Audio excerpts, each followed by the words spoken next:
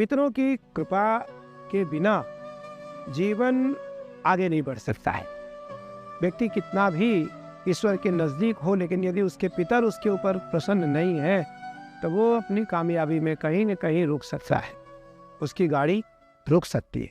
दोस्तों, इस बार का पितृपक्ष जो कि 7 सितंबर 2025 से शुरू होकर 22 सितंबर 2025 तक चलेगा, ये एक बहुत ही महत्वपूर्ण, विशिष्ट और पावरफुल विंडो है तर्पण करने के लिए। इसकी महत्वता हर साल के अपेक्षा में इस बार ज्यादा इसलिए है क्योंकि यह एक चंद्र ग्रहण और सूर्य ग्रहण के बीच में पड़ रहा है। चंद्र ग्रहण जो कि 7 सितंबर 2025 को लगेगा, वो पूर्व भाद्रपद नक्षत्र में लगेगा। पूर्व भाद्रपद नक्षत्र सूचक है मृत्यु का, मोक्ष का, मुक्ति का।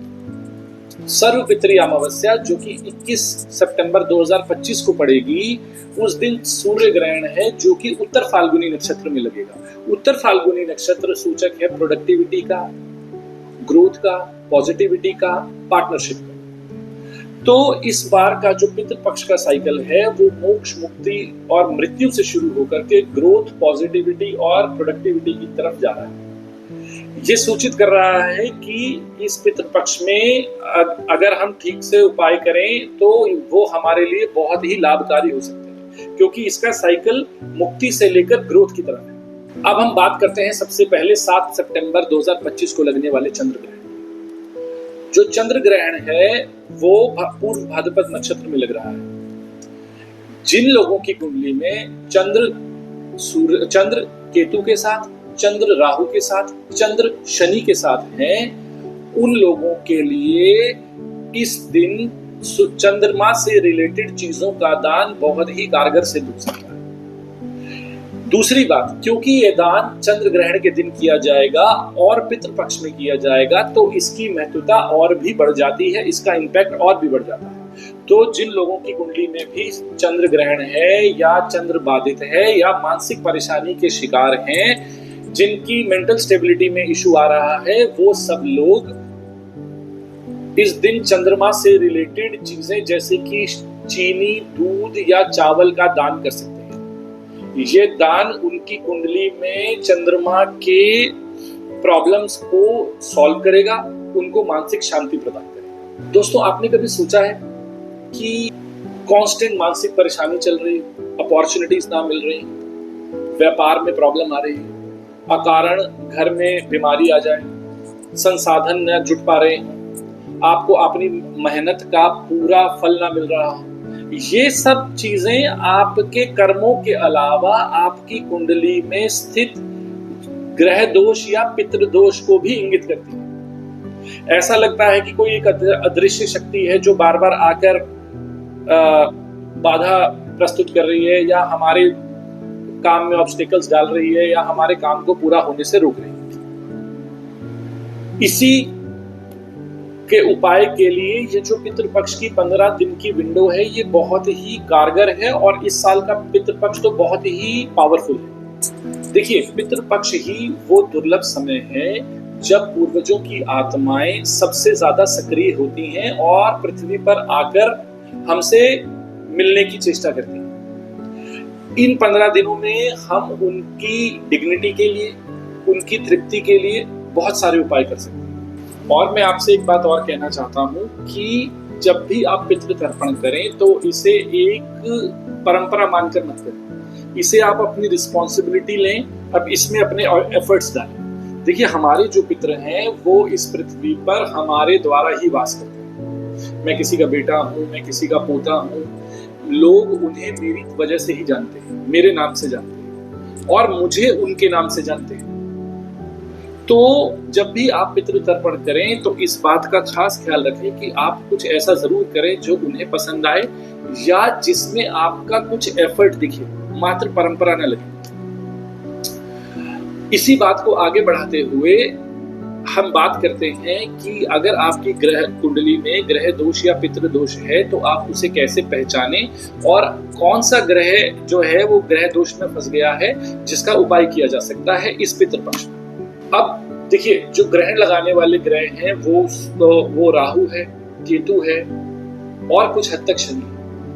अगर सूर्य का शनि के साथ स्थिति आ जाए कुंडली में, सूर्य की राहु के साथ आ जाए, सूर्य की केतु के साथ आ जाए, तो इसको सूर्य ग्रहण का दर्जा दिया जाता है। सूर्य और शनि एक साथ आ जाए तो पिता और पुत्र की आपस में नहीं बनती, बॉस और सबॉर्डिनेट की आपस में नहीं बनती, आपकी गवर्नमेंट अथॉरिटीज से नहीं बनेगी। इस तरह की प्रॉब्लम्स आपके घर में आती रहती। अगर सूर्य बाधित है कुंडली में तो कहीं ना कहीं पीछे पूर्वजों में कहीं ना कहीं पिता का या गवर्नमेंट का या किसी बड़ी अथॉरिटी का अनादर हो सकता है। तो आप इसके लिए क्या कर सकते हैं? आप इसके लिए गायत्री यज्ञ कर सकते हैं, आप इसके लिए महामृत्युंजय का जाप करा सकते हैं, क्योंकि शिव जी जो हैं वो सूर्य के परम पिता हैं। सबसे ज्यादा सूर्य को जो प्रिय हैं वो शिव हैं। इसी प्रकार अगर चंद्र सूर्य के साथ स्थापित है, चंद्र केतु के साथ है तो डिप्रेशन की स्थिति बनती है, चंद्र शनि के साथ है तो भी डिप्रेशन की स्थिति बनती है, मानसिक अशांति रहती है। तो इसके लिए जैसा मैंने पहले उपाय बताया कि चंद्र से रिलेटेड चीजों का दान करें, या पितृपक्ष में चलते हुए पानी में चांदी प्रवाहित करें। अगर हम मंगल की बात करें तो मंगल के लिए हम मजदूरों का या पशुओं के खाने का अरेंजमेंट कर सकते हैं। अगर मंगल राहु और केतु की एक्सिस में फंसा हुआ है, ये आपके शौर्य को कम करता है। अगर मंगल राहु के साथ बैठा है या केतु के साथ बैठा है तो आपके शौर्य को कम करता है, आपकी ब्रेवरी को, आपके करेज को कम करता है। तो आप इस पितृपक्ष में मजदूरों के लिए या पशुओं के लिए खाने का अरेंजमेंट कर सकते हैं, मजदूरों को कपड़े दे सकते हैं, फुटवियर दे सकते हैं। तो इससे आपका मंगल की बाधा आपकी कुंडली में कम हो सकती है। अब आते हैं हम बुध पे। अगर बुध आपकी कुंडली में बाधित है, बुध एक बाल ग्रह है, अगर वो राहु के साथ बैठेगा तो राहु जैसा बिहेव करने लगेगा, केतु के साथ बैठेगा तो केतु जैसा बिहेव करने लगेगा। तो उसके उपाय के लिए आप ये कर सकते हैं कि पीली कौड़ियां ले सकते हैं और परिवार में सभी से ले सकते हैं थोड़ी थोड़ी, और उनको जाके जल में प्रवाहित कर सकते हैं। अब हम आते हैं बृहस्पति पे। अगर बृहस्पति आपके राहु के साथ या केतु के साथ हैं या शनि के साथ हैं, अगर आपकी कुंडली में बृहस्पति बाधित हैं तो आप मंदिर में दान कर सकते हैं, किसी पुरोहित को दान कर सकते हैं, कोई मंदिर की कंस्ट्रक्शन हो रही है तो उसमें योगदान दे सकते हैं। अगर आपकी कुंडली में शुक्र बाधित है तो ये दिखाता है कि कभी ना कभी पीछे लिनिएज में हो सकता है कि किसी स्त्री का अपमान हो। उसके लिए आप इस पितृपक्ष में 100 गायों के भोजन का अरेंजमेंट कर सकते हैं। अगर आपकी कुंडली में शनि बाधित है, शनि राहु के साथ या केतु के साथ स्थित है तो ये विष योग भी बनाता है, तो उसके लिए आप 100 पशुओं के लिए खाना अरेंजमेंट कर सकते हैं इस पितृपक्ष में। कहीं भी, जैसे मैंने अपने पिछले वीडियो में भी बताया था कि किसी डॉग शेल्टर में जा सकते हैं जहाँ पे 100-150 कुत्तों का ख्याल रखा जाता हो, वहां पे आप एक दिन का खाना दे सकते हैं या एक समय का खाना दे सकते हैं। इससे आपकी कुंडली में शनि को बहुत आराम मिलेगा। आपकी कुंडली में शनि का जो गलत प्रभाव है वो बहुत कम हो जाएगा। तो दोस्तों, इस प्रकार जो मैंने आपको बताया, हर ग्रह का एक उपाय हम पितृपक्ष में कर सकते हैं, जिससे हम अपनी कुंडली में जो इन ग्रहों का रुका हुआ प्रभाव है या कुप्रभाव है, उन दोनों को कम कर सकते हैं। तो इन उपायों को जरूर ही पितृपक्ष में अपनाइएगा।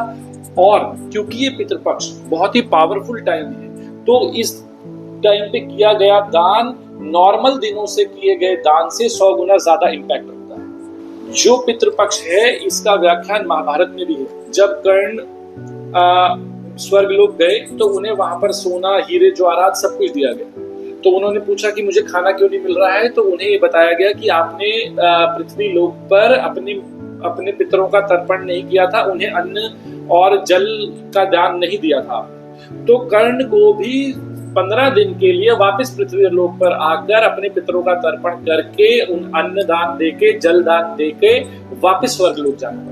सो जो ये पितृ तर्पण है, ये हमारी रिस्पॉन्सिबिलिटी है, ये कोई परंपरा नहीं है। इसे करना हमारे लिए ही हितकारी है। दोस्तों, जो रेमेडीज हमने हर प्लैनेट के लिए डिस्कस करी, उन्हें जरूर अपनाइए। और इसके अलावा पितृपक्ष में पितरों का श्राद्ध एवं तर्पण जरूर करें, तिल और जल के साथ।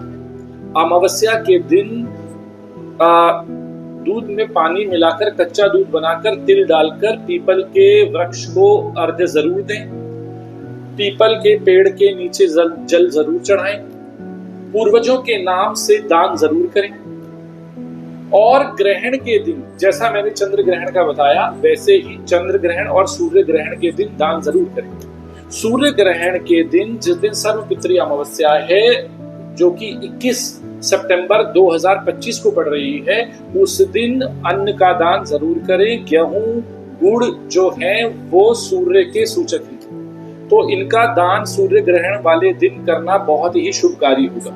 और उस दिन सर्वपितृ अमावस्या भी है। उस दिन सभी पितरों का, जिनकी आपको डेट नहीं पता है, जिनका आपको कोई नॉलेज नहीं है, उन सब पितरों का भी आप उस दिन तर्पण कर सकते हैं। तो दोस्तों देखिए किस तरीके से आप इस पितृपक्ष में अपनी कुंडली को बेहतर बना सकते हैं, अपने जीवन को बेहतर बना सकते हैं और अपने पितरों के तर्पण के द्वारा अपनी जिंदगी को सफल बना सकते हैं। दोस्तों अगर आपकी मेहनत बार बार विफल हो रही है, परिवार में लगातार रुकावटें आ रही हैं, तो इस विंडो को नजरअंदाज मत करिए, इसका पूर्ण फल उठाइए, इसमें पूरी तरीके से पार्टिसिपेट करिए और कमेंट में मुझे बताइए कि आप ये बाधाएं फेस कर रहे हैं और इन उपायों से आपको क्या राहत मिली। मैं आपके हर एक कमेंट का रिप्लाई करूंगा। दूसरा, इस वीडियो को ज्यादा से ज्यादा शेयर करें ताकि ज्यादा से ज्यादा लोग इस पितृपक्ष का लाभ उठा सकें और अपने जीवन को बेहतर बना सकें। मैं आपको फिर वो मूल मंत्र बता रहा हूं, पूर्वज प्रसन्नता ही जीवन की सफलता की कुंजी है। धन्यवाद। भगवान सदैव आपकी रक्षा करें।